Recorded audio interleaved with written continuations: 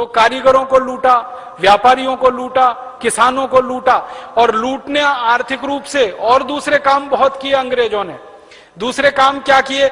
जहां जहां अंग्रेज जाते थे लूटमार करने के लिए, किसी भी गांव और किसी भी शहर में, वहां अगर उनको हमारे देश की माताएं बहनें जो सुंदर हैं शरीर में दिखाई दे जाएं, तो अंग्रेज उनको छोड़ते नहीं थे बिना बलात्कार किए।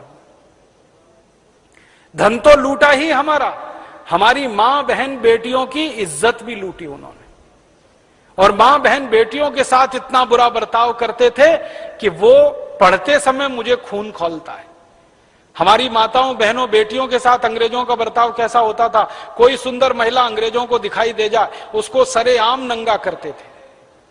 फिर उस महिला के स्तन का जो अग्र भाग होता है उसको लोहे के चिमटे से दबाते थे, और तब तक दबाते थे जब तक खून ना निकल आए। और इस पर अंग्रेज हंसते थे, और वो मां बहन बेटी चीखती और चिल्लाती थी। जब वो बेढल हो जाती थी, गिर पड़ती थी, तब अंग्रेज उसके साथ बलात्कार करते थे, और सामूहिक बलात्कार करते थे, और बाद में उसकी गर्दन काट देते थे और उसको फेंक के चले जाते थे। ये अंग्रेज किया करते। खाली लूटमार नहीं करते थे, माताओं बहन बेटियों के साथ व्यभिचार किया करते। कानून का उदाहरण देता हूं, यहां माताएं बहनें बहुत बड़ी संख्या में आई हैं। इनको ध्यान में रखकर एक बात कहना चाहता हूं। जब अंग्रेजों की सरकार चला करती थी तो उनका एक तरीका था भारतवासियों पर अत्याचार करने का। तो वो किसी किसान पर अत्याचार करते थे लगान वसूलने के लिए। किसानों से लगान लिया जाता था और वो 90% होता था। किसान अगर 100 क्विंटल अनाज पैदा करे तो 90 क्विंटल अंग्रेजों को देना पड़ता था। जो किसान चुपचाप देते थे अंग्रेज उनको छोड़ते थे, और जो किसान नहीं देते थे लगान, अंग्रेज उनके ऊपर अत्याचार किया करते थे। तो अत्याचार में पहला काम क्या होता था? किसानों को कोड़े से पीटा जाता था। कोड़ा आप जानते हैं, चमड़े का एक बनाते हैं, उसमें लोहे की कील लगाते हैं और वो मारा जाता था। 100 कोड़े किसानों को मारे जाते थे, सिर्फ इसलिए कि वो लगान नहीं दे सकते। ज्यादातर किसानों की स्थिति ये होती थी कि 5 से 7 कोड़ा खाते खाते बेहोश हो जाते थे। 100 कोड़ा पड़ते पड़ते तो उनकी मृत्यु हो जाती थी, प्राण निकल जाते थे। ज्यादातर किसानों के साथ ये होता था। फिर अंग्रेज वहां तक रुकते नहीं थे, किसान को कोड़े से मार डाला, फिर उसके परिवार की मां बहन बेटियों का शील हरण करते थे। मां बहन बेटियों के कपड़े उतारे जाते थे, पूरे गांव में उनको नंगा घुमाया जाता था। फिर अंग्रेज अधिकारी सबके सामने उनका शील भंग करते थे, बलात्कार करते थे, और सारे अंग्रेज अधिकारी इसमें शामिल रहते थे। इससे अंग्रेज अधिकारियों को अपनी वासना शांत करने का तो रास्ता खुलता ही था, उनको अत्याचार और हैवानियत दिखाने का भी रास्ता खुलता था। परिणाम क्या होता था?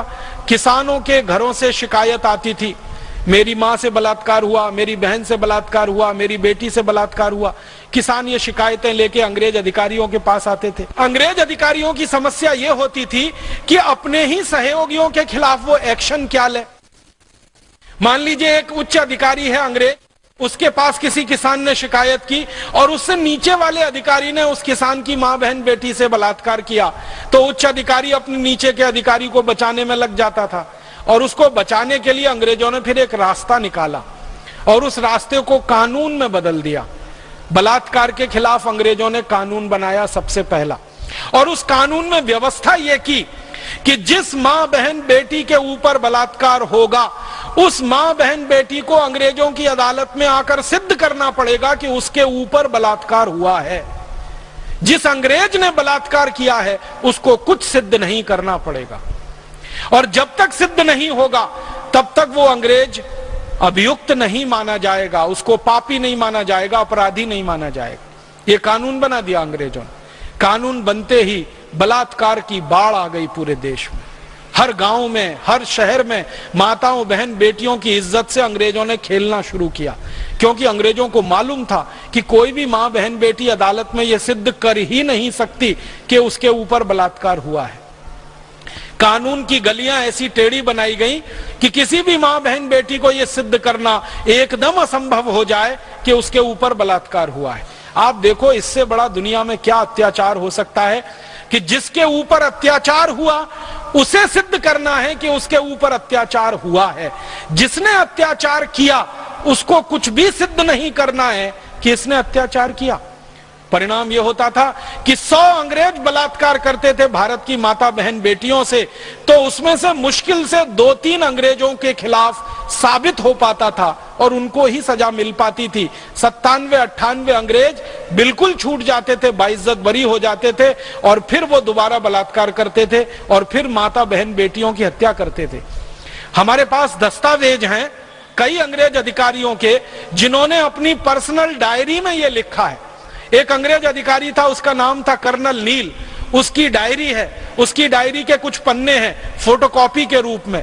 उसमें वो लिख रहा है कि जहां जहां मेरी नियुक्ति हुई भारत में, उसकी नियुक्ति कई जगह पर हुई थी। वाराणसी में वो रहा, इलाहाबाद में वो रहा, बरेली में वो रहा, दिल्ली में वो रहा, बदायूं में रहा, कई जगह उसकी नियुक्ति हुई। तो कर्नल नील अपनी डायरी में लिख रहा है कि जहां जहां मेरी नियुक्ति हुई, कोई दिन ऐसा बाकी नहीं गया जब मैंने किसी भारतीय मां बहन बेटी का शील हरण नहीं किया। ये नील की डायरी के अपने लिखे हुए शब्द हैं। आप सोचिए कितने हैवानियत वाले थे ये सब अंग्रेज, और ये सब किया उन्होंने कानून की मदद से किया। बलात्कार का कानून ऐसा बना दिया कोई भी मां बहन बेटी सिद्ध ही ना कर सके और किसी भी अंग्रेज को उसमें सजा ना मिल सके। अब मुझे बहुत बड़ा दुख है, अफसोस है कि ये कानून आजादी मिलने के 15 अगस्त 1947 को जला डालना चाहिए था, ये खत्म कर देना चाहिए था, लेकिन यही कानून आजादी के 63 साल के बाद भी चल रहा है और आज भी इस देश में माताओं बहन बेटियों से बलात्कार हो रहे हैं और माताओं बहन बेटियों को अदालत में सिद्ध करना पड़ रहा है कि उनके खिलाफ अत्याचार हो रहा है। अत्याचार करने वाले को कुछ सिद्ध नहीं करना पड़ता अदालत में, ऐसी कार्यवाही होती है।